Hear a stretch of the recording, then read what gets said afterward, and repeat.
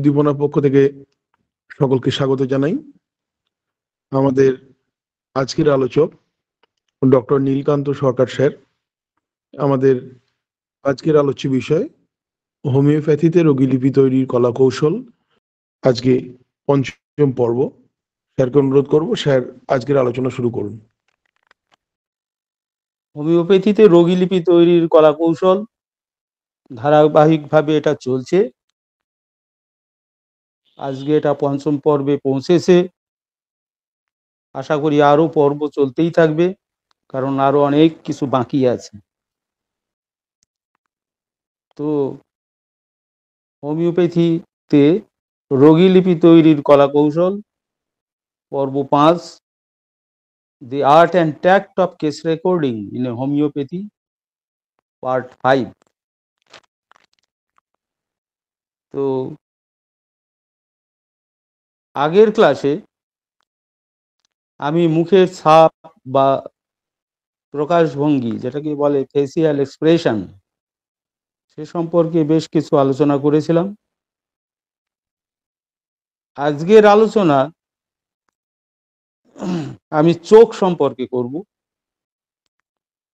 যদিও চোখ হলো ওই মুখেরই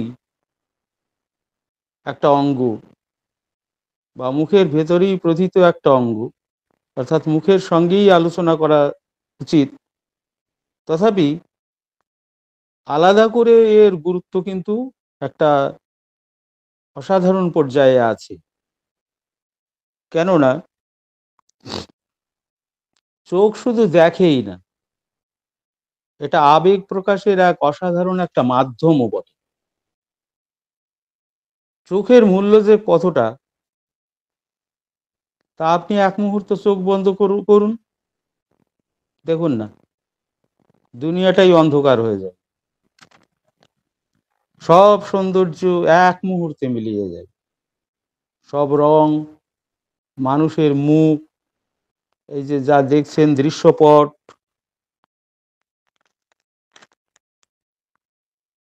আকার আকৃতি, সব জিনিসের যে আকার আকৃতিগুলো, এই সব শূন্য হয়ে জীবন হতাশায় ভরে যাবে। চোখ পিট করে তাকানো বা ভুরু কুঁচকে তাকানো বা পাশের দিকে বা উপরের দিকে তাকানো, প্রত্যেকটির কিন্তু অর্থ আছে। একজন মা, আমরা সচরাচর এগুলো তো গৃহস্থালিতে দেখেই থাকি, যে চোখ মোটা মোটা করে তাকাচ্ছে বাচ্চাটার দিকে, হয়তো কোনো দুষ্টুমি করেছে, চোখ মোটা মোটা করে তাকালেন। সন্তান কিন্তু বুঝতে পারে যে মা ঠিক কি বলতে চাইছে। আবার স্বামী স্ত্রী বা প্রেমিক প্রেমিকা পরস্পরের দিকে তাকিয়েই কিন্তু বুঝতে পারেন কার কিরকম মনোভাব আছে। আবার শত্রু মিত্র চিনতেও কিন্তু চোখের চাহনি একটা গুরুত্বপূর্ণ ভূমিকা গ্রহণ করে। তার মানে কি দাঁড়ালো? রাগ, ভালোবাসা, হতাশা, লোভ, বিস্ময়, ভয়, মিথ্যা কথা বলা, ধূর্ততা, শঠতা, নিষ্ঠুরতা, সহানুভূতি ইত্যাদি হাজার আবেগ ফুটে ওঠে ব্যক্তির অজান্তেই, যা মুখের ভাষার চেয়েও অনেক সময়ই কিন্তু খুব নির্মম, নির্ভেজাল সত্য।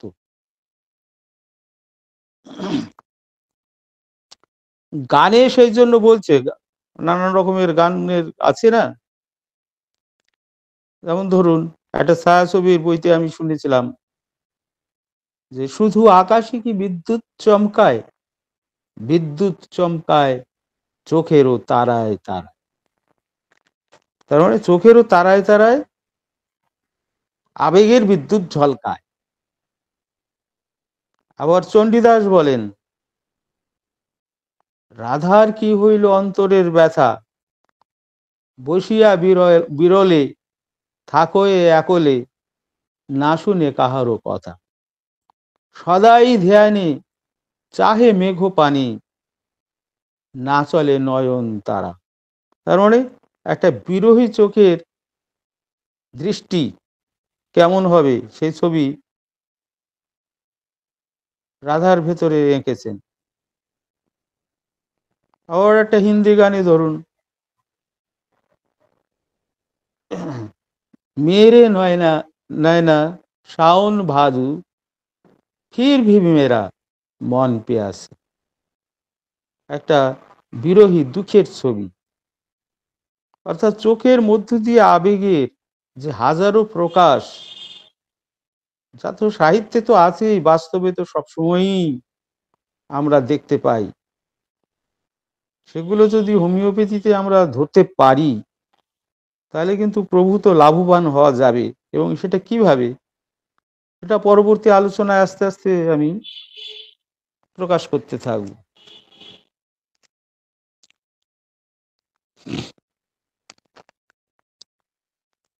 চোখকে বলা হয়ে থাকে যে আত্মার জানলা এবং হৃদয়ের আয়না।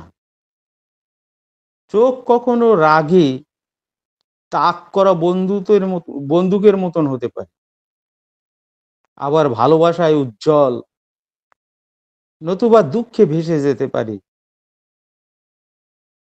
এটা উচ্চতম চেতনারই একটা কিন্তু প্রতীক। এই চোখে দেখার শক্তি একটা মানুষের কিন্তু জীবনবোধের চিহ্ন বলে বিবেচিত হতে পারে। এটা একটা আধ্যাত্মিক শক্তি এবং বাঁচার মূল প্রেরণা শক্তি যোগায়। যেমন আমি একটা উদাহরণ দিই, তাহলে আরো ব্যাপারটা পরিষ্কার হতে পারে। কোনো এক বিদগ্ধ হোমিওপ্যাথের কাছে, আসলে সেই হোমিওপ্যাথের নামটা আমি অনেকদিন আগে শুনেছিলাম, এখন মনে করতে পারিনি বলে এইভাবে লিখেছি আর কি। বহুদিন আগে যখন স্টুডেন্ট লাইফে ছিলাম তখন শুনেছিলাম আর কি। সেই জন্য যদি কেউ কারো এটা জানা থাকে আমাকে জানাবেন যে সেই হোমিওপ্যাথটা কে ছিল। যাই হোক, কোনো এক বিদগ্ধ হোমিওপ্যাথের কাছে ওই চোখের অন্ধত্বের জন্য জনৈক একজন রোগী এসেছেন।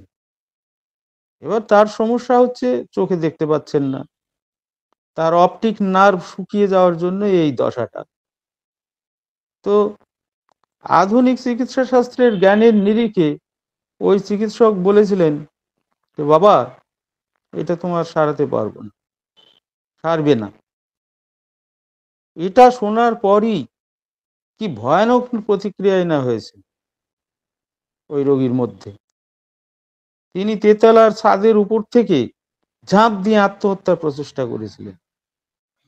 কেউ যদি না ঠেকাতো তাহলে হয়তো তার পরবর্তী পর্যবেক্ষণ আমরা আর এখন জানতে পারতাম না, ওখানেই শেষ হতো। তাকে অরামমেট উচ্চ শক্তিতে প্রয়োগ করায় দৃষ্টিশক্তি ফেরত পান। এ ঘটনাই প্রমাণ করে যে চোখের গুরুত্ব আর মানুষ হিসেবে বেঁচে থাকার এটা একটা যে গুরুত্বপূর্ণ চেতনা শক্তি কাজ করে, নিঃসন্দেহে কাজ করে। চোখ না থাকলে মানুষ মৃত যেন।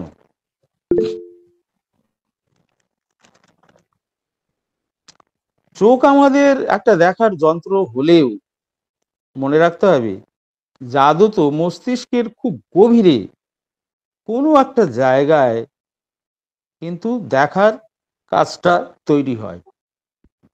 তাই বলা যেতে পারে চোখ নয়, আসলে মস্তিষ্কই দেখে। আর এও বলা যেতে পারে যে চোখ মস্তিষ্কেরই প্রলম্বিত একটা অবিচ্ছেদ্য অংশ।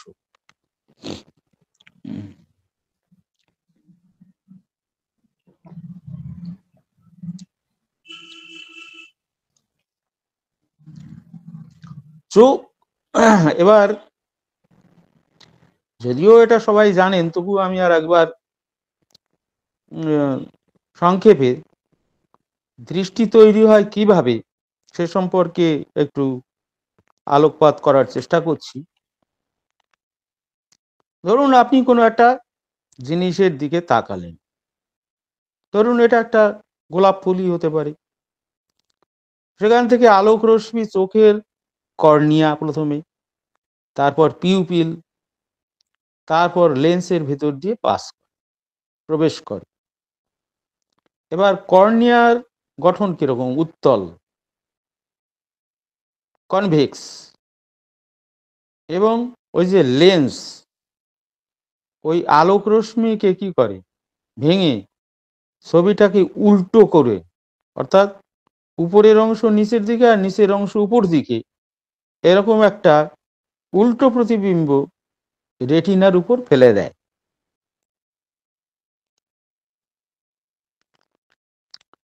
এবার রেটিনা হলো কি? সিনেমা হলের আপনারা তো পর্দা দেখেছেন, পর্দায় ছবি দেখতে পান, কিন্তু পেছনের দিকে তাকালেই দেখবেন যে একটা প্রজেক্টর কাজ করছে। সেই প্রজেক্টরের মাধ্যমে ছবিগুলোকে ফোকাস করে ওই পর্দায় ফেলা হচ্ছে এবং আমরা দেখতে পাচ্ছি। এখানে এই যে প্রজেক্টর হলো লেন্স, আর পর্দা হলো রেটিনা। এবার রেটিনাতে রয়েছে অনেক আলোক সুবেদী রড এবং কোন কোষ। তারা কি করে? ওই আলোককে বৈদ্যুতিক সংকেতে পরিবর্তন করতে পারে। এখান থেকে ওই যে উল্টো প্রতিবিম্ব অপটিক নার্ভের মাধ্যমে মস্তিষ্কের দৃষ্টি কেন্দ্রে পাঠানো হয়। সেখানে পাঠানো হয় অবিকৃতভাবে, অর্থাৎ গোলাপটির ধরেন আকার, রং, ধরন, গঠন, এমনকি দূরত্বেরও সংকেত সেখানে থাকে। এবার মস্তিষ্ক ওই উল্টো প্রতিবিম্ব আবার সোজা করে আমাদের দৃষ্টিগোচর করায়। এই গোটা ঘটনাটা 1 সেকেন্ডের 1/10 সময়ের মধ্যে ঘটে যায়। এরকম কিন্তু এত দ্রুত আজ পর্যন্ত মানুষের তৈরি কোনো ইলেকট্রনিক যন্ত্র, কম্পিউটার, অর্থাৎ কম্পিউটার করতে পারেনি। এই ঘটনাটা শুধু যে একটা যান্ত্রিক, বলবো যান্ত্রিকতাই নয়, কিন্তু এই যে দৃশ্যের গুণগত অনুভূতি আমাদের বিভিন্ন রকম আবেশ সঞ্চার করে। আর এই আবেগের কেন্দ্রও হলো মস্তিষ্ক। তাই একটা সুন্দর গোলাপ দেখে বিভিন্ন জনের মধ্যে বিভিন্ন আবেগ কাজ করতে পারে। আবার চোখের জল, যেটা প্রান্তিক অংশে অর্থাৎ যন্ত্রে, এখানে ধরতে হবে চোখে, হলেও আমরা বুঝতে পারি এটা কিন্তু শোক বা দুঃখের একটা ছবি। অর্থাৎ এটা মনের সঙ্গে ওতপ্রোতভাবে জড়িত। সে কারণেই তো কবি বলছেন যে চোখের আলোয় দেখেছিলাম চোখের বাহিরে, অন্তরে আজ দেখবো যখন আলোক নাহিরে।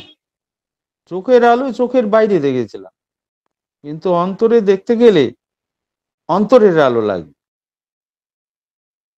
আবার ছায়াছবির গানে আমরা পড়েছি, দেখেছি, শুনেছি, কেন চোখে চোখে কথা বলো, মুখে কেন বলো না। মানে চোখও কথা বলে। তার আমরা বাস্তবেও তো দেখি চোখ কথা বলে না।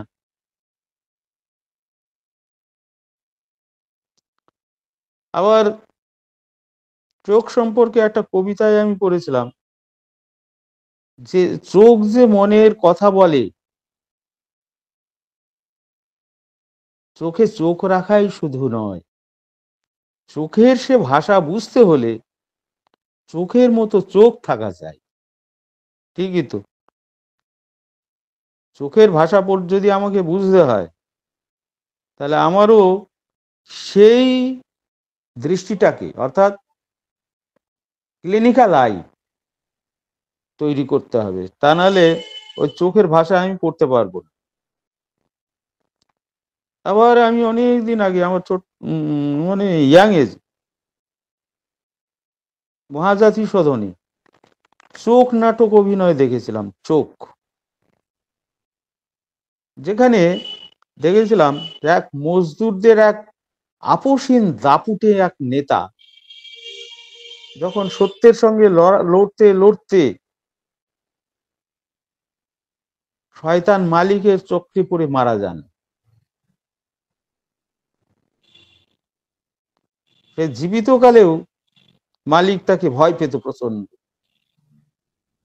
সুতরাং তাকে মেরে ফেলারই প্ল্যান করা হয়, মরেও যান এবং মরণোত্তর তিনি চক্ষু দান করে যান। কিন্তু সেই চোখ যখন মালিকের প্রয়োজনে মালিক নিতে যান, সংরক্ষণে রাখা সেই যে বড় বড় স্বচ্ছ দুটো চোখ, ওই চোখের দিকে মালিক তাকিয়ে ভয়ে গুটিয়ে যান। আমার মনে পড়ে অভিনেতা মালিকের ক্ষেত্রে উৎপল দত্ত ছিলেন, অসাধারণ কি অভিনয়! যে যে ভয় গুটিয়ে যাচ্ছে, তার চোখ দুটো মোটা মোটা হয়ে যাচ্ছে, ফ্লাশ হচ্ছে চোখে, এই যে এটাও একটা ভয়ের ছবি চোখে ফুটে উঠছে, চোখের সাহায্যে তিনি ফুটিয়ে তুলছেন। তাই বললি যে চোখের সঙ্গে মনের সম্পর্ক হচ্ছে অবিচ্ছেদ্য, সত্য এবং খুব নির্ভরযোগ্য একটা সাংকেতিক লক্ষণ। মানুষ মিথ্যা কথা বলতে পারে, কিন্তু চোখ মিথ্যা কথা বলবে না।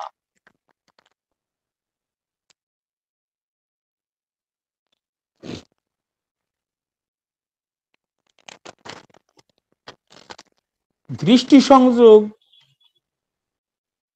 এবার এর সঙ্গে আমি দৃষ্টি সংযোগ সম্পর্কে কথা বলছি। মানে দৃষ্টি সংযোগ অ্যাকচুয়ালি ইংরেজিতে আই কন্ট্যাক্ট। আমরা এই যে চোখে চোখে দুটো মানুষ কথা বলে না, তাকি প্রথম দুটো মানুষ যখন পরস্পরের সঙ্গে সাক্ষাৎ করে ধরুন, তখন কিন্তু একে অপরের প্রতি যে ধারণা তৈরি করে তা প্রথম দর্শনের কয়েক সেকেন্ডের মধ্যেই। কিন্তু ইংরেজিতে একটা কথা বলে না, প্রচলিত আছে এরকম, যে লাভ অ্যাট ফার্স্ট লুক, প্রথম দর্শনেই ভালো লেগে গেল, ভালোবাসা হয়ে গেল। এই ভালো লাগার তীব্রতা যত বাড়বে, ততই কিন্তু একে অপরের সঙ্গে দৃষ্টি বিনিময় বেশি সময় ধরে করবে। আর ভালো লাগা যতই কমবে, ততই দৃষ্টি বিনিময়ের সময় কমবে। সাধারণভাবে আমরা যখন কথা বলি, তখন কিন্তু আমরা সরাসরি চোখের দিকে অনেকক্ষণ তাকিয়ে কথা বলি না, কিছুক্ষণ অন্যদিকে তাকাই, আবার দৃষ্টি ফিরিয়ে ফিরিয়ে তার চোখের দিকে তাকাতে পারি। এই বিষয়টা পাল্টাপাল্টি হয়। আর কারণ অনেকক্ষণ যদি তাকানো হয়, তাহলে অস্বস্তি হতে পারে যার দিকে তাকানো হলো। ধরুন কোনো সুন্দরী মেয়ে বা মহিলা আপনার রোগী, এবার চোখের ভাষা বোঝার তাগিদ আছে আপনার, আপনি একজন নবীন ডাক্তার, আমি এই চোখ সম্পর্কে কথা বলছি, আপনি এই লেকচার শুনে তার চোখের দিকে তাকাতে শুরু করেছেন। এবার অনেকক্ষণ চোখের দিকে যদি তাকিয়ে থাকলেন, তা একটা কিন্তু বাজে ধারণা তৈরি করে। আবার রোগী আপনার সঙ্গে মোটেই দৃষ্টি সংযোগ করছে না, ইন্টারভিউয়ের প্রথম থেকেই শেষ পর্যন্ত, সেটাও কিন্তু একটা ভয়ানক গুরুত্বপূর্ণ লক্ষণ। বুঝতে হবে তার মধ্যে আত্মবিশ্বাসের কোনো ঘাটতি আছে, অথবা কোনো অপরাধ বোধ কাজ করছে। যারা আপনাকে ঠিকভাবে মেনে নিতে পারছেন না, তারা অনেক সময়ই চোখ টেরা করে তীব্র বেগে বাঁয়ে থেকে ডাইনে ছোটাবে চোখ।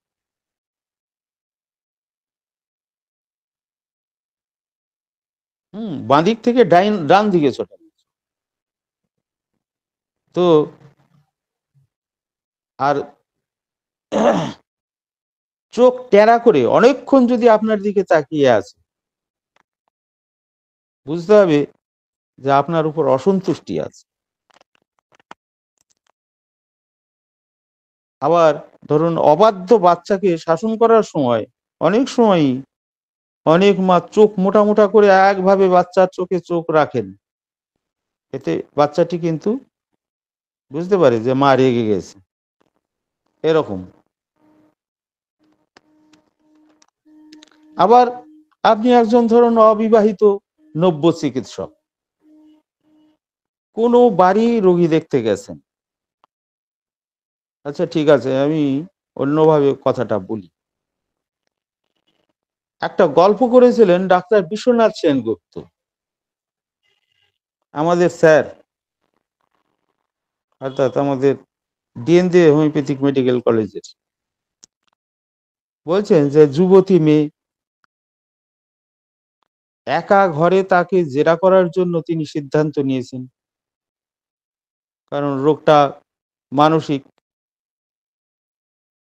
এবার কিছুক্ষণ কথা বলার পরই মেয়েটি কিন্তু শোয়া অবস্থা থেকে বসা অবস্থায় এলো। তারপর বেশ কিছুক্ষণ চিকিৎসকের দিকে খুব ঘন আবেগী দৃষ্টিতে তাকিয়ে থাকে। তারপরে ডাক্তারকে নিজের বুকের দিকে ইঙ্গিত করে বলল, স্যার এখানে একটু হাত বোলান, আপনার ভালো লাগবে। স্যার বলেছিলেন যে রোগীর এই ফাঁদে পা দেবে না, রোগ বোঝার চেষ্টা করবে। এই ঘটনাটা সম্পর্কে আরো কিছু বলেছিলেন, এখানে সেটা দরকার নেই বলে আমি আর বলছি না। অর্থাৎ এই যে ঘন আবেগী দৃষ্টিতে তাকিয়ে তারপর ডাক্তারকে ইঙ্গিত করলো, এও রোগের ইঙ্গিত।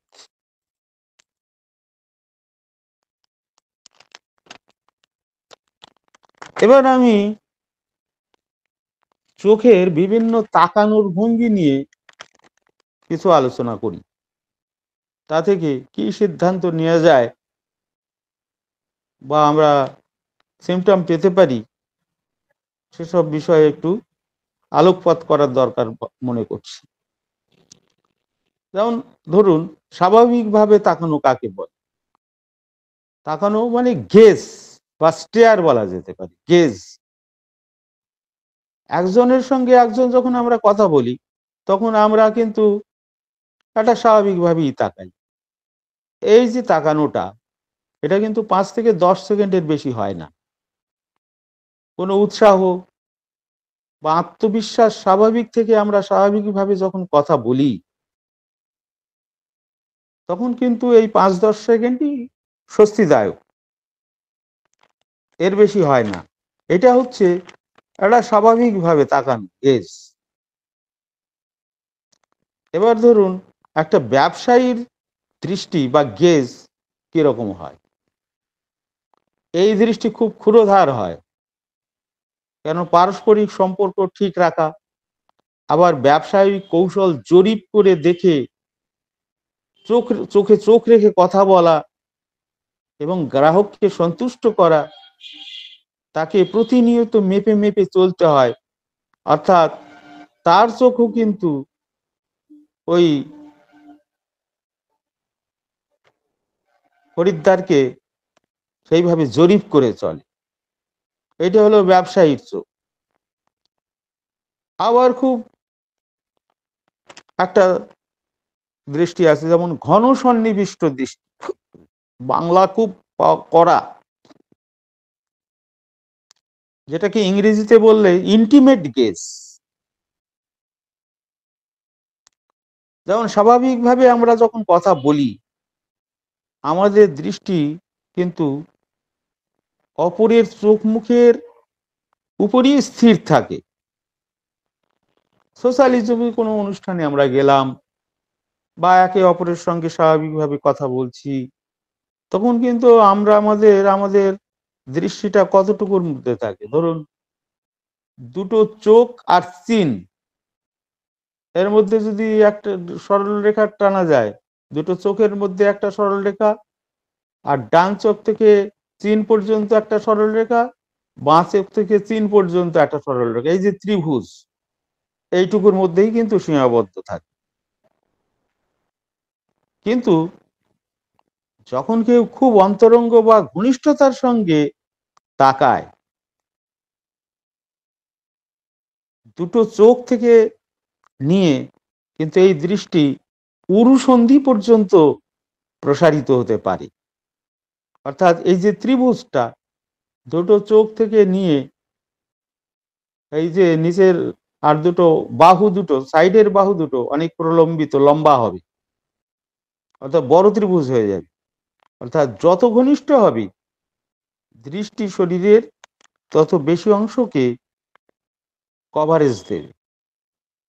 এটা সাধারণত মোহ বা মুগ্ধতায় প্রেমিক প্রেমিকাদের মধ্যে হতে পারে। এ দৃষ্টি তো আমরা সবসময় লক্ষ্য করি। আচ্ছা, এবার হচ্ছে জ্বলন্ত দৃষ্টি। যখন অন্যকে দাবিয়ে রাখার জন্য আমরা ব্যবহার করি বা হুমকি দিই বা প্রভাব খাটানোর জন্য কেউ ব্যবহার করেন, তখন কিন্তু দৃষ্টির মধ্যে একটা অসাধারণ একটা একটা জ্বলন্ত দৃষ্টি, আগুনের দৃষ্টি বলা হয়, নিক্ষেপ করে। চোখের বিভিন্ন নড়াচড়া নিয়ে এবার একটু কথা বলি। যেমন ধরুন নিচে তাকানো। আমরা যে আবেগ বা অনুভূতি বা মনের চিন্তাধারা,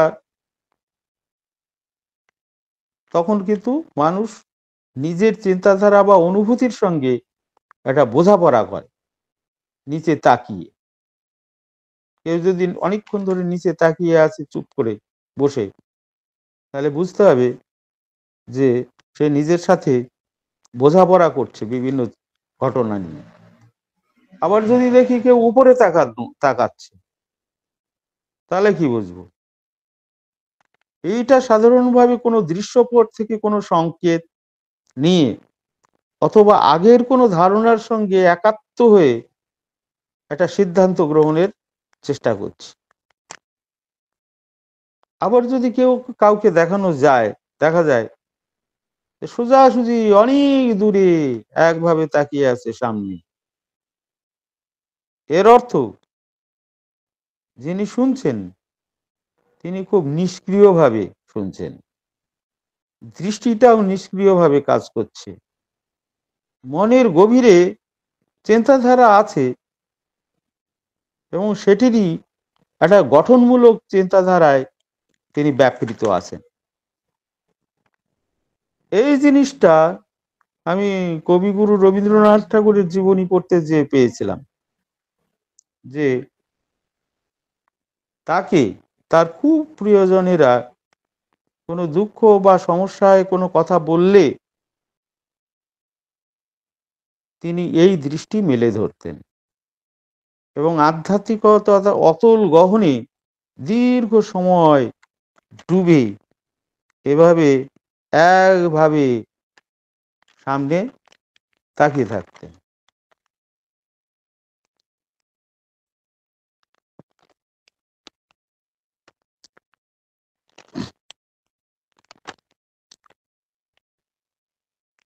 এইরকম দৃষ্টি সাধারণত ধরুন কোনো অন্তর্দ্বন্দ্বে পড়লে, অর্থাৎ ব্যবসার ক্ষেত্রে বা ব্যক্তিগত জীবনে কোনো গুরুতর সমস্যায় যদি কেউ আক্রান্ত হয়ে থাকে, তবে এরকম মানুষের কিন্তু থেকে থেকে এই দৃষ্টিটা এসে থাকে। এরকম একজন রোগী আমি পেয়েছিলাম, অনেকদিন আগের কথা। দেখছি যে তিনি অন্য মনস্কভাবে একদিকে তাকিয়ে থাকছিলেন। তাতে আমার সন্দেহ হলো যে তার জীবন ইতিহাসে এরকম কিছু ঘটনা কি আছে। খুবই আন্তরিকতার সঙ্গে প্রশ্ন করতেই এটা ধরা গেছিল। কি ধরা গেছিল? না, তার স্ত্রীর প্রতি সন্দেহ, অন্য পুরুষে আসক্ত কিনা, এবং সেটা এমন পর্যায়ে পৌঁছেছিল যে বিবাহ বিচ্ছেদের মামলা করবেন না কৌশলে অন্য কিছু করবেন, তাই নিয়ে তিনি প্রচন্ড চিন্তিত ছিলেন। এক কথায় বলা যায় যে অন্তর্দ্বন্দ্বে ছিলেন। কথা বলতে বলতেই কথার মাঝখানে থেমে ওই দৃষ্টিটা যেন অতি দূরে সোজা স্থির ভাবে নিক্ষেপ করছিলেন।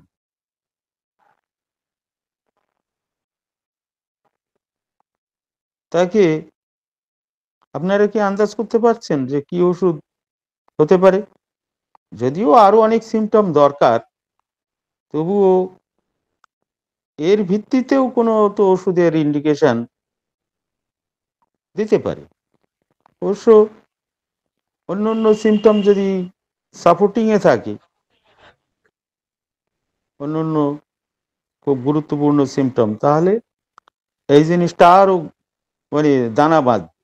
যাই হোক, তাকে সমস্ত কিছু বিবেচনা করে আমি থুজা 50 দিয়েছিলাম। যদিও পরে তার স্ত্রীকে ডেকে এ সম্পর্কে আমি অনুসন্ধান করেছিলাম যে সত্যি সত্যি এরকম কিছু আছে কি না, কিন্তু আমি কিছু খুঁজে পাইনি তার স্ত্রী। তবে এটাও ঠিক, রোগী কিন্তু পরে আবার বিশ্বাসে ফিরে এসেছে এবং তাদের সন্দেহ সংসারটা ভেঙে যায়নি। এখনো তারা আছে, ভালো আছেন, এটুকুই আমার সন্তুষ্টির কারণ রয়েছে। এবার আসি সন্দেহজনক দৃষ্টি। এটা আপনি কিভাবে মানে ডিটেকশন করবেন, নির্ণয় করবেন যে দৃষ্টিটা সন্দেহজনক? আমার অভিজ্ঞতায় আমি দেখেছি যে চোখ পিট পিট পিট পিট করে, অথবা চোখ অর্ধেক বন্ধ করে রাখতে পারে, করে থাকে অনেক সময়, অথবা ঘন ঘন চোখের পাতা পড়ে, যেটাকে আই ব্লিঙ্কিং বলে ইংরেজিতে, ব্লিঙ্কিং। সরাসরি চোখের দিকে তাকিয়ে কথা বলবে না আপনার, পাশের দিকে তাকাবে, সাইডে টেরা করে তাকাবে, নয়তো আবার চোখটা ডলতে থাকবে, ভ্রু কুঁচকে বা কপাল কুঁচকে তাকাবে। আবার যাদের চশমা আছে তারা চশমার উপর দিয়ে তীক্ষ্ণ দৃষ্টি নিক্ষেপ করবে। চোখে ঢেউ খেলানো, এই জিনিসটা আমি অনেক জায়গায় লক্ষ্য করেছি। তবে এর জন্য খুব মানে তীক্ষ্ণ ক্লিনিক্যাল আই দরকার, তাহলে সবাই এটা পারবে না। এটা খুব অভিজ্ঞতার বিষয়, বহু দেখলে তবে এটা বোঝা যায়। যেমন চোখে ঢেউ খেলানো একটা উজ্জ্বল আভা, যেমন তীর তীর করে কাঁপে, এই যে বিষয়টা, এটা ডিটেকশন করা নট ইজি ম্যাটার। খুব মানে প্র্যাকটিক্যাল আই না হলে ধরতেই পারবে না। এই যে ঢেউ খেলানো যে একটা উজ্জ্বল আভা তীর তীর তীর তীর করে কাঁপছে, এটা কি নির্দেশ করে? যে তার বিশ্বাসের ঘর বড্ড নড়বড়ে। এই জিনিসটা যদি আপনি ঠিক মতন ডিটেকশন করতে পারেন, আপনি 100% নিশ্চিত হবেন যে ওর সন্দেহবাতিকতা আছে। এবং এই সন্দেহবাতিকতা যে আছে, এই যে চোখ যে মিথ্যা কথা বলে না, এটা তাকে যদি আপনি এবার প্রশ্ন করেন ঘুরিয়ে প্রশ্ন করেন, কৌশলে প্রশ্ন করেন, তাহলে দেখবেন অধিকাংশ ক্ষেত্রে, অধিকাংশ না, যদি চোখের এই সিমটমটা পান, প্রায় 100% আপনি নিশ্চিত হবেন যে এই সিমটম আছে, আছেই আছে, এর কোনো সন্দেহ নেই। আমি জোর দিয়েই বলেছি, কারণ আমি যত রোগী দেখেছি তার মধ্যে কখনো ফেল করিনি। এটা আমার নিজস্ব পর্যবেক্ষণ একটা, কোনো বইপত্রে কোথাও এটা পাইনি, কিন্তু আমি এটা দেখেছি। এবার আপনাদের বলি শোকার্ত চোখ। শোকার্ত চোখ কিরকম,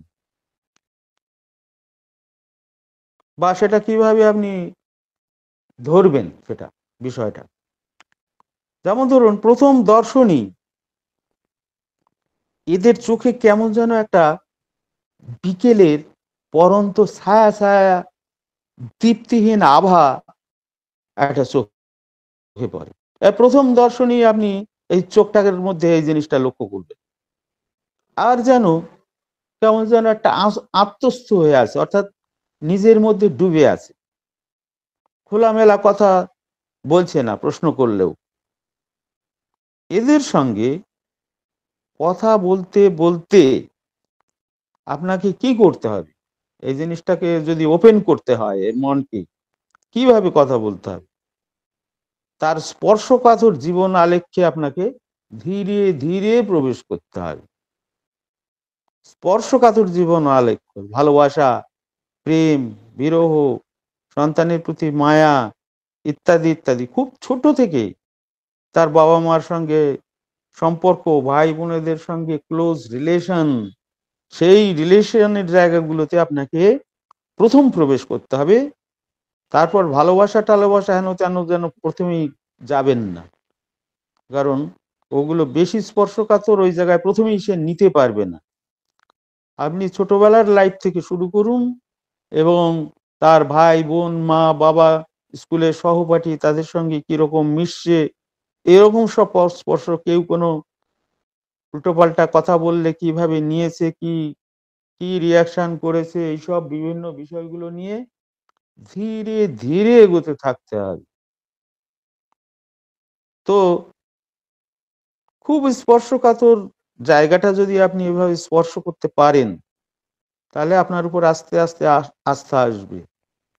এভাবে যদি আপনি কথা বলতে বলতে গল্পের ছলে এগোতে এগোতে যান বন্ধুর মতন, দেখবেন আস্তে আস্তে আপনার সঙ্গে সহযোগিতা করতে থাকবে। এবং এই করতে করতে আপনি যদি বিবাহিত যে মহিলা যদি হন, সেই লাইফে এসে এখানে শ্বশুরবাড়ি, স্বামী ইত্যাদি বিষয়গুলো, ভালোবাসা ইত্যাদি নিয়ে ধীরে ধীরে এগুন। সেইখানে যদি কোনো গন্ডগোল থাকে, দেখবেন প্রথমে আপনি যেটা পাবেন সেটা হলো এদের প্রথমে গলার স্বরটা মোটা এবং ভারী হয়ে যায়, একটা হাস্কি হাস্কি ভয়েস আসবে, যেটা থেকে আপনি প্রথমেই সজাগ হবেন যে ইয়েস, দেয়ার ইজ সামথিং, এবং বরফ গলেছে। আপনি এবার খুব সাবধানে আরো স্পর্শকাতর কথা বলুন। এবার কখনো বাবা বা মায়ের মতো, কখনো খুব ঘনিষ্ঠ একটা বন্ধুর মতো কথা বলতে হয়।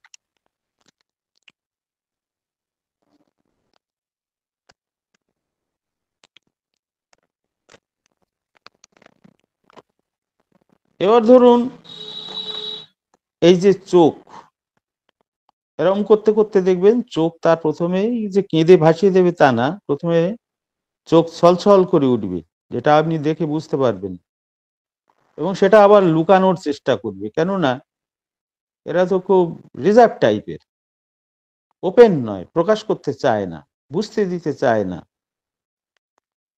তখনই অত্যন্ত নরম স্পর্শকাতর ভাবে সান্ত্বনা দিন। বহু ক্ষেত্রেই দেখা যায় যে হঠাৎ করে দুধ উতলানোর মতো কান্নায় ভেঙে পড়বে এরা, নিঃশ্বাস বন্ধ হয়ে যাওয়ার মতো কোঁকানি বা ফুঁপিয়ে একটা চাপা কান্না করতে থাকে, খুব অনুরাগে। চাপা ঘ্যান ঘ্যানে হৃদয় বিদারক একটা কান্না শুনতে পাবেন, যেটা হচ্ছে একটা জীবন্ত লক্ষণ। এর উপরে আর কি চান? এরকম একটা রোগী কয়েকদিন আগে একটা পেয়েছিলাম আমি, বেশি দিন না, অল্প দিনের আগেই। বিয়ের পর থেকে শ্বশুর বাড়িতে তার উপর অকথ্য শারীরিক এবং মানসিক নির্যাতন হয়েছিল। তার স্বামী দুর্বল প্রকৃতির, কিন্তু তার সে মানুষ হিসেবে কিন্তু ভালো, বউকে সাপোর্ট দিয়েছিল বলেই উনি আত্মহত্যা করেননি আর কি।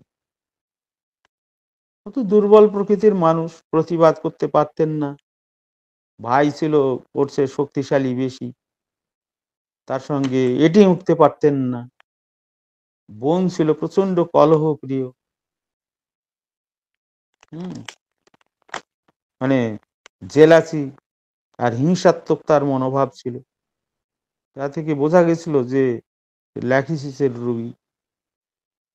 রোগী আমাদের বলেছিল যে এই ঘটনা তার নিজের মাকে কিছুটা, তাও সবটা বলেনি, তার মাই হচ্ছে তার এই জগতে একমাত্র প্রিয় এবং তার মনের খুব কাছের মানুষ, কিন্তু সেই মাকেও কিন্তু সে সম্পূর্ণটা জানায়নি। তাহলে এ কতটা রিজার্ভ প্রকৃতির বুঝে। তারপরে উনি বললেন যে ওই ঘটনার পরে এই আপনাদের, অর্থাৎ এই চিকিৎসককে এই প্রথম সম্পূর্ণটা মেলে ধরলেন বা জানালেন। অর্থাৎ এখানে সে জানাতে পেরেছিল, কারণ আমরা সেই টেকনিক ব্যবহার করেছিলাম, সেই টেকনিকে কাজ দিয়েছে। সান্ত্বনা দিতেই কি সাংঘাতিক ফুঁপিয়ে কান্না। অন্যান্য লক্ষণ এবং বিশেষত এই লক্ষণটি সুনির্দিষ্টভাবেই আমাদেরকে ন্যাট্রামিউর সিলেকশন করতে কিন্তু দারুণ সাহায্য করেছে। তো যাই হোক, এটা তাকে কিছুদিন আগে ওষুধ দেওয়া হয়েছে, কিন্তু এখনো রোগী দ্বিতীয়বার ফলো আপে আসেননি। এলে নিশ্চয়ই বুঝতে পারবো কি হচ্ছে না হচ্ছে। তো আমাদের অবজারভেশন এরকম ছিল। এবার আপনাদের জানাতে পারি আর একটা,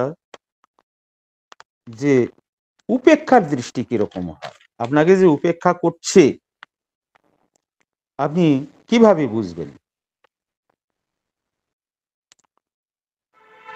তুমি যখন কথা বলছো তখন যদি শ্রোতা অন্যদিকে তাকিয়ে থাকে, বুঝতে হবে যে সে নিচ্ছে না তোমাকে। অথবা চোখ বন্ধ করে, অথবা মুখের কেন্দ্রের দিকে দুটো ভ্রু টেনে কুঁচকে আনে, এরকম একটা রোগী দেখেছিলাম আমি, যাকে পরামর্শ দেওয়ার সময় দেখছি সে অন্যদিকে তাকিয়ে থাকছে। আবার তার অ্যাটেনশন ড্র করে আমি পরামর্শ দিচ্ছি, কারণ তাকে সেটা পরামর্শ দেওয়ার দরকার ছিল, কারণ তার জীবনের বিভিন্ন জায়গায় বহু গন্ডগোলের চিন্তা ভাবনা ছিল, যাতে সেগুলো দরকার ছিল। কিন্তু এরকম একটা পরামর্শ দেওয়ার পরে ওই রোগী তার মেয়েকে বলেছিল, ধুর ধুর, ডাক্তারের সব কথাই কি শুনতে হবে নাকি? তো সেই মেয়ে তখন আমাকে বলেছিল যে আপনি যে এত বোঝালেন, দেখেছেন আপনার রোগী তো এই কথা বল। এই রোগীর হার্ট আক্রান্ত হওয়ার সমস্যা ছিল, হার্টের সমস্যা, বেশ পরিমাণ ইসকেমিক ব্যথা হতো, চাপা প্রকৃতির রোগী, কিন্তু নিজের সিদ্ধান্তে তিনি অবিচল থাকেন, যা তিনি সিদ্ধান্ত নেবেন এক চুলো নড়ানড়ি হবে না। তো ওনাকে এই সিমটম এবং অন্যান্য সিমটম অবশ্যই সাপোর্টে ছিল। আপনারা নিশ্চয়ই বুঝতে পারছেন যে থুজা দেওয়াটা ভালো হবে। তো যাই হোক, থুজাই দেওয়া হয়েছিল। এবার হচ্ছে প্রতারক দৃষ্টি কাকে বলে। আপনাকে যে প্রতারণা করছে বা করতে পারে, এটা আগে থেকে কিভাবে বুঝবেন? যখন কেউ চোখ ধরুন পিটপিট করে কথা বলবে, সন্দেহ করবেন ব্যাপারটা কি। মনে রাখতে হবে, স্বাভাবিক চোখের পাতা পড়ার হার মিনিটে হচ্ছে 20 বার। এবার এটা শুনে শুনে কিন্তু শুনে শুনে বলছে দত্তরিকা, গুনে গুনে কিন্তু কাজ হয় না। অর্থাৎ ও 20 বার ফেললো না 25 বার ফেললো না 30 বার ফেললো, আপনি গুনে গুনে কি আর সেই জিনিস বুঝতে পারবেন? এটা একটা আন্দাজ। যদি কেউ স্বাভাবিকই চেয়ে দেখা যাচ্ছে অতিরিক্ত ঘন ঘন পিটপিট করছে, এটা অবশ্যই লক্ষণীয় বিষয়। হ্যাঁ, এটা সন্দেহজনক দৃষ্টিরও একটা সংকেত। অর্থাৎ সন্দেহ আছে, সঙ্গে সে প্রতারণাও করবে।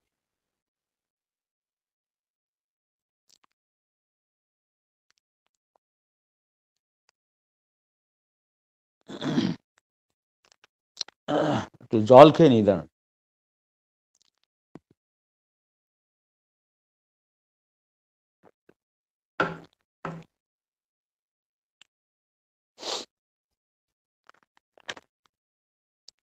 এবার চোখ দেখে আপনি কিভাবে মিথ্যা নির্ণয় করবেন? ও যে মিথ্যা কথা বলছে, সেটা চোখের চাহনি দেখে কিন্তু আপনি বুঝতে পারেন, যদি অবশ্য সেইভাবে ট্রেন্ড থাকেন। ট্রেন্ড না থাকলে তো এটা হবে না। দীর্ঘদিন থেকে এটা দেখে দেখে অভ্যস্ত হতে হবে।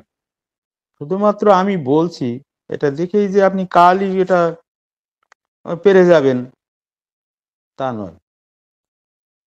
যখন কেউ ধরুন কৌণিক ভাবে বা ইংরেজিতে যেটাকে বলা যেতে পারে ডায়াগোনালি উপরে বাঁদিকে তাকায়, তখন বুঝতে হবে সে কোনো সংকেত বা তথ্য বুঝতে চাচ্ছে, তথ্য সংগ্রহ করছে। আবার একইভাবে বলতে ওই কৌণিক ভাবে ডায়াগোনালি ডান দিকে উপরে তাকাচ্ছে, তাহলে বুঝতে হবে কিন্তু যে সে কোনো কিছু সম্পর্কে ধারণা তৈরি করছে।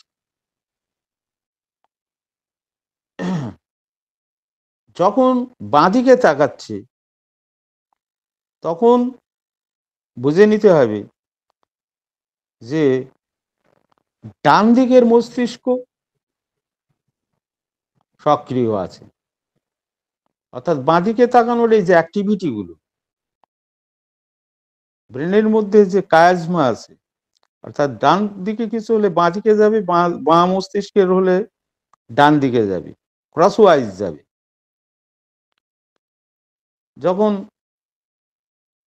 আমরা দেখেছি না যে সিভিএতে যারা আক্রান্ত, যাদের ব্লাড ক্লট মাথার বাঁ দিকে আক্রমণ জমে আছে, তার প্যারালিসিসটা ডান দিকে হয়েছে। আবার ডান দিকের মস্তিষ্কে যাদের ক্লটটা হয়েছে তাদের বাঁ দিকের আক্রান্ত হয়েছে। অর্থাৎ ক্রসওয়াইজ বিষয়টা আছে। তো এখানেও তাই, ডান দিকের মস্তিষ্ক কি করে? এটা আবেগগত ধ্যান ধারণা এইসব গঠন করতে সাহায্য করে, এটা ইমোশনাল সাইড। আবার বাঁ দিকের মস্তিষ্ক কিন্তু তা নয়, এটা গঠনমূলক, একটা বিশ্লেষণাত্মক কাজে অংশগ্রহণ করে। কিন্তু মনে রাখতে হবে যে এর সঙ্গে হাজারো রকমের হাসির বৈচিত্র্য আছে। এই যে হাসির বৈচিত্র্যগুলো, এর সঙ্গে যদি ওই তাকানোর সঙ্গে হাসির বৈচিত্র্য যোগ হয়, তার অর্থ অন্যরকম হয়ে যাবে। যেমন ধরুন, একটা উদাহরণ দিলে ভালো বোঝা যাবে। মুখে একটা হালকা হাসির আভাস রয়েছে, সঙ্গে যদি আপনি দেখেন যে চোখে শিয়ালের মতন ধূর্ততা লক্ষ্য করা যাচ্ছে, তবে বুঝতে হবে এটা হচ্ছে একটা অনিষ্টকারী বা মিসচিভিয়াস, ইংরেজিতে যেরকম আমাদের রুব্রিক আছে না, মিসচিভিয়াস, অনিষ্টকারী, ধ্বংসাত্মক একটা, এই দৃষ্টিটা ধ্বংসাত্মক। এটা দেখে কিন্তু আপনি ওই মিসচিভিয়াস রুব্রিকটা নিতে পারেন। একটা বাচ্চা রোগী, এবার উদাহরণ দিয়ে বলছি, একটা বাচ্চা রোগী এসেছিল বহুদিন আগে, দেখছি প্রচন্ড অস্থির, বাপরে বাপ, এমন অস্থিরতা যেন বানরের না, লাফিয়ে দেয়াল বেয়ে উঠছে,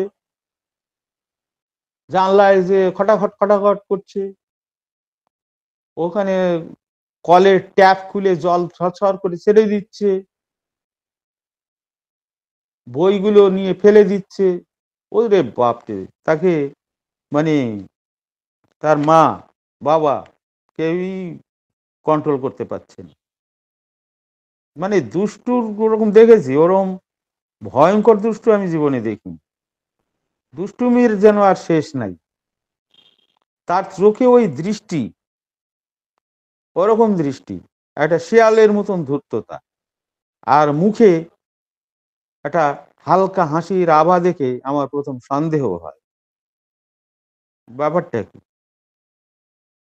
জিজ্ঞাসাবাদে এটা জানতে পারলাম যে ও যে এত অস্থির, তবু কিন্তু গান শুনলে শান্ত হয়ে যায়।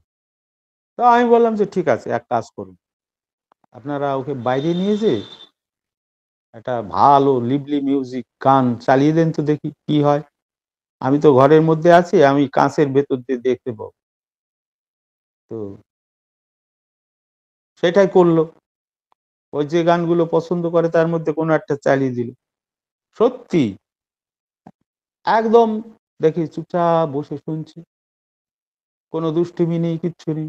যা, এটি তো ছাড়া যায় না। তো আপনারা কি বুঝতে পারছেন যে কোন ওষুধটা দিলে ভালো হয়? অনেকে হয়তো বলতে পারেন যে টিউবারকুলিনাম, কিন্তু না, আমি একে ট্যারিন্টুলা উচ্চ শক্তির ওষুধ দিয়েছিলাম, এবং তারপর কিন্তু এই দুষ্টুমি সহ্য সীমার মধ্যে চলে এসেছিল, এবং তার অন্যান্য গ্যাস্ট্রিক ট্রাবল ছিল, কনস্টিপেশন ছিল, তারপরে হাতের আঙুলে একটা অসারতা, একটা ঝিনঝিনে ভাব ছিল। ও গান গাইতো, এই পিয়ানো বাজাতো, তো সেখানে ওই স্ট্রিং গুলো করতে অসুবিধে হতো। এইসব জন্য ওকে আমি ট্যারেন্টুলা দিয়েছিলাম।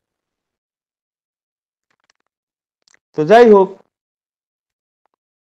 এবার আমি আর একটা চোখের দৃশ্যপট তুলে ধরছি। আলোর ঝলকের মতো চোখের ভ্রু উপরে তুলে অনেকে ঝলকায় না, যেটাকে বলে ফ্ল্যাশ বাল্ব আইব্রাউ, অর্থাৎ আলোর ঝলকের মতন চোখটা উপরের দিকে, এই চোখের ভ্রুটা উপরের দিকে তুলে চোখটা বড় বড় করে তাকায়। এর উদ্দেশ্য মুখের উপর অন্যের মনোযোগ আকর্ষণ কর। এই ভ্রুর উপরে তুলে চমকানোর সাথে সাথে যদি মুখে হাসি থাকে, বুঝতে হবে যে তা পারস্পরিক সম্পর্কটাকে বাড়াতে খুবই সাহায্য করবে। আবার যদি মুখে হাসি না থাকে, ভ্রু কুঁচকে যায়, অথচ ভ্রুটা উপরের দিকে ওঠানো না, কিন্তু কুঁচকে গেছে, তাহলে কিন্তু ঠিক এর উল্টো, অর্থাৎ আপনাকে অপছন্দ করছে। অর্থাৎ যখনই ভ্রু উপরের দিকে তুলে ছড়িয়ে দিচ্ছে, এটা হচ্ছে আপনার পারস্পরিক সম্পর্ক ভালো হচ্ছে। কিন্তু যদি ভ্রু কুঁচকে থাকে, তাহলে বুঝতে হবে সম্পর্ক ডাউনগ্রেড, মানে উল্টোটা হচ্ছে, আপনাকে পছন্দ করছে না, মেনে নিতে পারছে না, আপনাকে ডিসএগ্রি করছে, ইগনোর করছে। আবার যদি খুব আবেগঘন অবস্থায় চোখ দুটো বড় বড় করে কেউ তাকায়, বুঝতে হবে যে এ বিস্ময় অথবা ভয় কাজ করছে এর মধ্যে।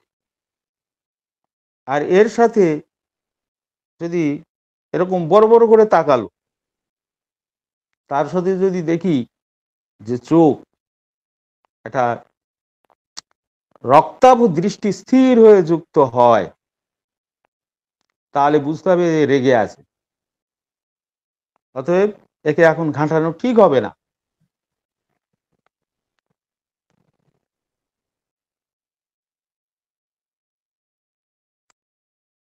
সাড়ে 10টা বাজতে যাচ্ছে, এবার আমি ক্লোজ করতে যাব। বেশি দূর আজকে আর যাব না, কারণ শরীর ভালো নেই খুব একটা। যাই হোক, চোখের ভ্রু উপরে তোলা,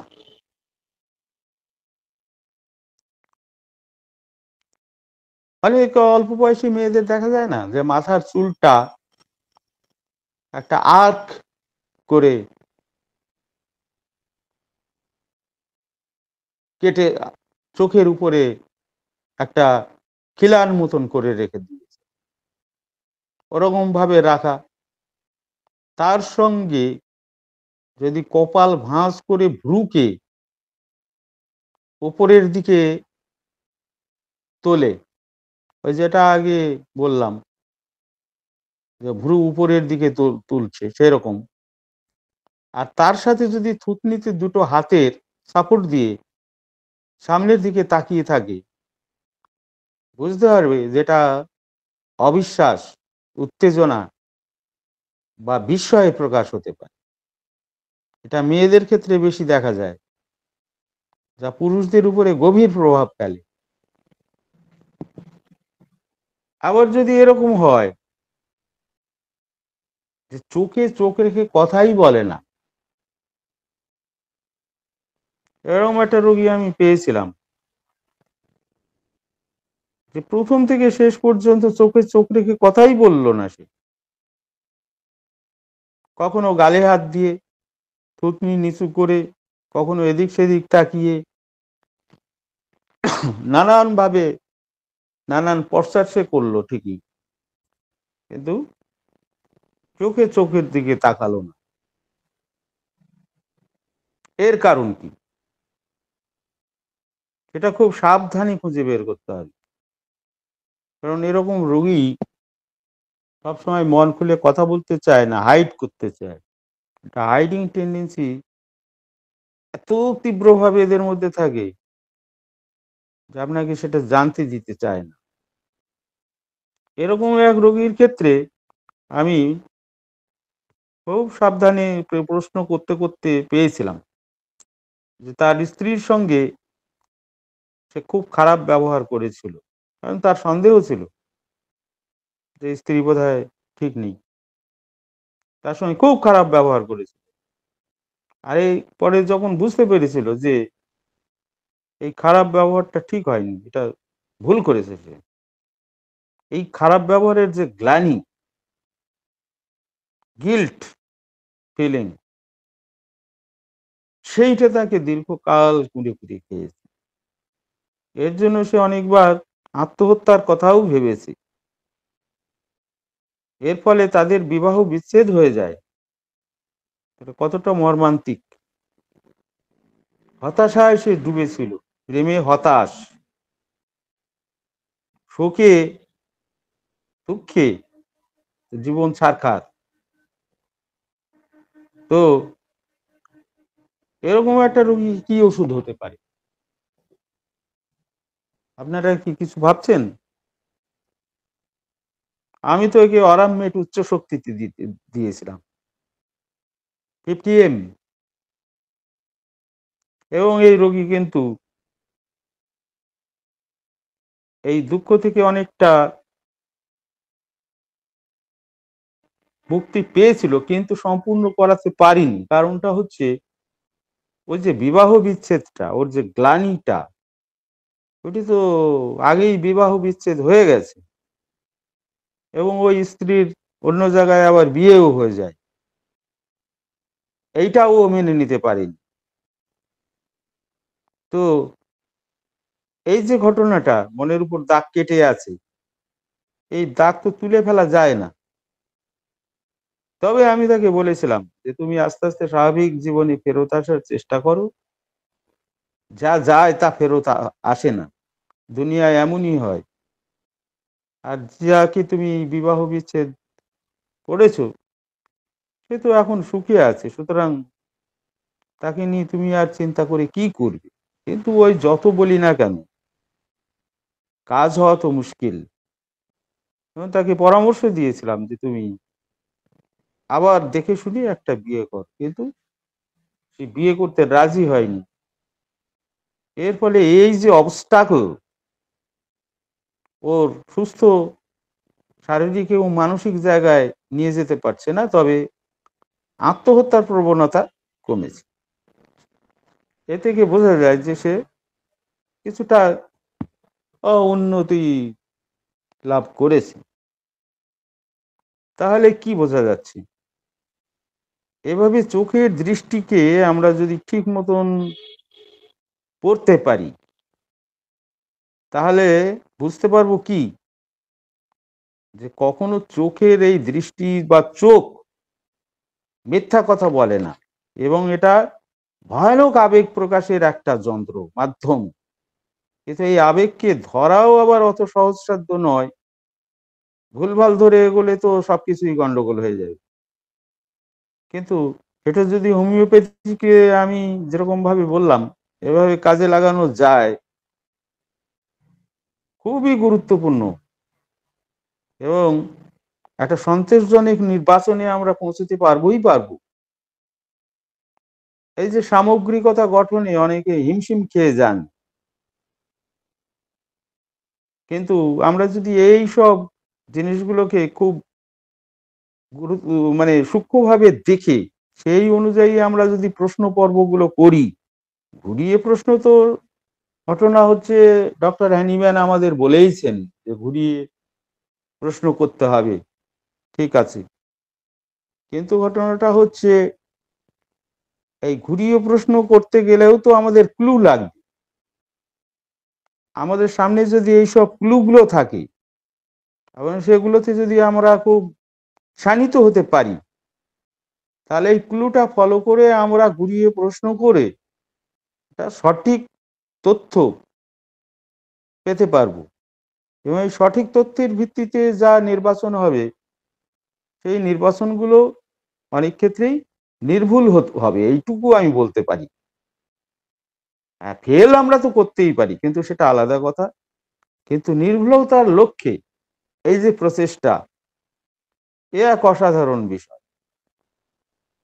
ঠিক আছে, আজকে এইটুকু বলেই আমি আমার বক্তব্যটা শেষ করলাম। সবাইকে আন্তরিকভাবে ধন্যবাদ।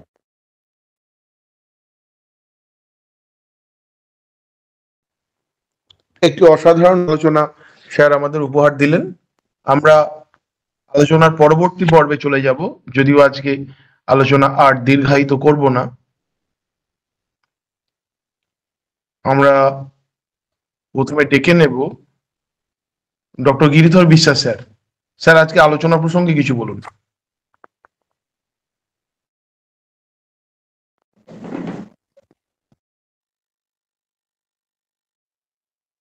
ডক্টর গিরিধর বিশ্বাস স্যার, আপনি কি শুনতে পাচ্ছেন? Hello hello. হ্যাঁ স্যার, বলুন। বলুন স্যার, বলুন। আজকে আলোচনাটা তো অসাধারণ হয়েছে, সেটা ঠিকই আছে।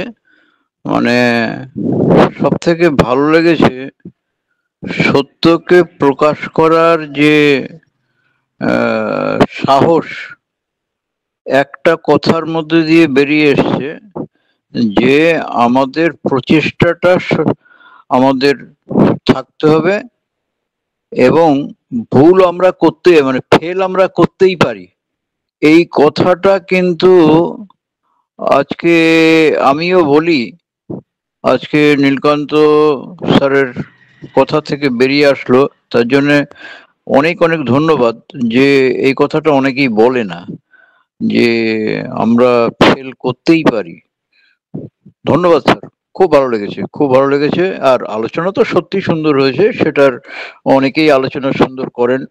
আর আপনি তো একদম আজকে চোখের যে নজর, হ্যাঁ, চোখ ভুল করে না, চোখ চোখ মিথ্যা কথা বলে না, খুব সত্যি কথা। ধন্যবাদ, রাখলাম এখানে, ভালো থাকবেন। ধন্যবাদ স্যার। আজকের আলোচনা বিষয়ে কারো কোনো প্রশ্ন থাকলে আপনারা হ্যান্ড রাইজ করবেন।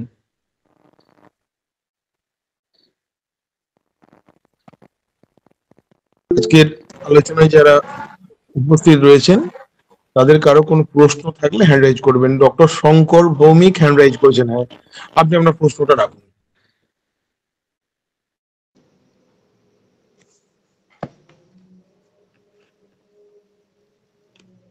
আজকের এই যে আলোচনাটা আমি শেষের দিকে ছিলাম, কিছুটা অংশ আমি শুনেছি। একটা কথা আছে, face is the index of mind. এটা আমাদের হোমিওপ্যাথি ডাক্তাররা আমরা এটা প্রত্যেকেই মানি এবং স্বীকার করি, এবং এটা একটা অবজেক্টিভ সিমটমস গ্রহণ করার ক্ষেত্রে একটা নির্ভুল তথ্য আমরা পেতে পারি। তো আলোচনা যেটুকু শুনেছি খুবই ভালো লেগেছে, খুব ভালো লেগেছে স্যারের আলোচনা। স্যারকে আমি শুধু একটু অনুরোধ করব যে এইরকম ধরনের কোনো বই কি আমরা জানতে পারি, যে কোন ধরনের বই পড়লে আমরা একটু এগোতে পারি এই বিষয়ে? ধন্যবাদ স্যার। সচরাচর বাজারে খুব কমই বই আছে এইসব বিষয়ে। এগুলো ওই ফেসিয়াল অ্যানালিসিস, গ্র্যান্ড ব্রেটলি, ওদের, তবে আমার ওই বই ভালো লাগেনি, কারণ ওর মায়াজুম সম্পর্কে আবার ওর সঙ্গে অ্যাড করেছে। এর জন্য সেখানে মায়াজুম সম্পর্কে যা বলেছেন তার সঙ্গে আমি আবার একমত হতে পারিনি। এই জন্য এইসব বই সাজেস্ট করি না আর কি। আর ওই বিষয়গুলো অনেকটা ওই কাইনেস্থেটিক্স এর উপর, এটা একটু বিজ্ঞান, কাইনেস্থেটিক্স এর উপরে বাজারে অনেক বই আছে, সেইগুলো পড়লে আপনারা এই বিভিন্ন অঙ্গভঙ্গি ইত্যাদি বিষয়গুলো সম্পর্কে জানতে পারবেন। Thank you.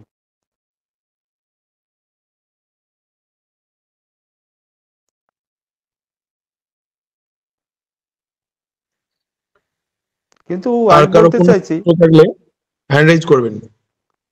তবে আমি আর একটা কথা এর সঙ্গে যোগ করতে চাই, হচ্ছে যে ওই বইগুলো পড়লেই তো হবে না, তার সঙ্গে হোমিওপ্যাথির সঙ্গে আপনি কিভাবে লিঙ্ক করাচ্ছেন সেইটা হচ্ছে ইম্পর্টেন্ট। কিন্তু আমরা সাধারণত হোমিওপ্যাথিতে এইসব জিনিসগুলো অঙ্গভঙ্গি ইত্যাদি আচার আচরণ লক্ষ্য করি ঠিকই, কিন্তু ওইগুলো পড়লে কি আর একটু বুদ্ধিটা শানিত হবে, দৃষ্টিটা শানিত হবে, তখন ধরতে সুবিধা হবে, এই যা। Thank you. স্যার আমি একটু বলছি, যদি আমরা কেন্টের রেপার্টরিটা একটু ফলো করি, ওখানে ওখানেও আছে লেকচার বলে একটা আছে, কিছুটা আমরা পাই সেখানে, চোখের না হলেও তার অঙ্গভঙ্গি দেখে কিছুটা বুঝতে হ্যাঁ পারা হ্যাঁ যায়। হ্যাঁ হ্যাঁ, সেগুলো আছে, ফেসে আছে। ফেসে আছে, ফেসের এক্সপ্রেশন যেগুলো। হ্যাঁ হ্যাঁ হ্যাঁ, ওই সবগুলো থেকেও অনেক কিছু পাওয়া যায়। মাইন্ড চ্যাপ্টার থেকে আপনি অনেক কিছু পাবেন। হ্যাঁ স্যার। যেমন ফ্রাউনিং, ফ্রাউনিং, কপালটা কুঁচকে যাচ্ছে, কোনো হ্যাঁ একটা হ্যাঁ কথা হ্যাঁ, বিরক্ত হচ্ছে। বিরক্ত হচ্ছে, কিন্তু এখানে দেখুন একটা বিষয়, ও যে এক্সপ্রেশন দিচ্ছে যে বিরক্ত হচ্ছে বা আপনাকে ঠিক মতো মেনে নিচ্ছে না, পছন্দ করছে না, কিন্তু ওই পছন্দ করছেন না এই জিনিসটা কিন্তু আমরা সিমটম হিসেবে নিচ্ছি না, ওখানে ওই যে ফ্রাউনিং ওইটাই সরাসরি নিচ্ছি, কারণ সেটা দর্শিয়েছে। কথা বুঝলেন? হ্যাঁ স্যার। এবার সে বিরক্ত হচ্ছে বা তার স্বভাবই ইজিলি বিরক্ত হওয়া এগুলো ঠিক কিনা, এগুলোও বুঝতে হলে কিন্তু আপনাকে সরাসরি প্রশ্ন করে বুঝিয়ে নিয়ে যদি দেখা যায় হ্যাঁ তার মধ্যে ওই জিনিসটা আছে, তখন আপনি ইজিলি নিতে পারবেন, কোনো বেশ অসুবিধে নেই। অর্থাৎ ফ্রাউনিং এর সঙ্গে ওই জিনিসগুলোও নিতে পারবেন, যে অবজ্ঞা সূচক যে কোনো কিছু মানসিকতা তার মধ্যে রয়েছে কিনা। ঠিক আছে, ঠিক আছে স্যার, ধন্যবাদ স্যার। আর কারো কোনো প্রশ্ন থাকলে আপনারা হ্যান্ড রাইজ করবেন।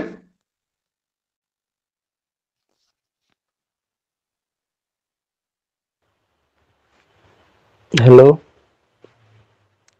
হ্যাঁ বলুন। হ্যাঁ বলুন। হ্যাঁ, ওই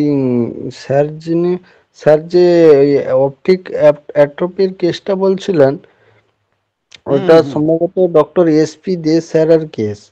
ও আচ্ছা আচ্ছা, হ্যাঁ আমার নামটা ঠিক আমি মনে করতে পারছিলাম। হ্যাঁ, এটাই আমার বলার ছিল আর কি। আমি এক স্যারের কাছে কেসটা শুনেছিলাম আর কি। স্যারের কাছে ডিরেক্টলি শুনেছিলেন? আমাকে আমার এক স্যার বলেছিলেন যে এটা স্যার ওরামমেট দিয়েছিলেন এবং তাতেই তিনি তার দৃষ্টিশক্তি ফিরে পান। হ্যাঁ, এটা আমি আমাদের এক কলেজের স্যারের কাছ থেকে শুনেছিলাম, কিন্তু উনি হয়তো তখন ডক্টর এসপি দের নামও বলেছিলেন, কিন্তু আমি ঠিক এখন কনফার্ম হতে পারছিলাম না যে ডক্টর এসপি দেই কিনা। হ্যাঁ স্যার, ঠিক আছে, এসপিতেই। আপনাকে অসংখ্য ধন্যবাদ। আজকের আলোচনা চক্রে যারা উপস্থিত ছিলেন সকলকে ধন্যবাদ জানাই।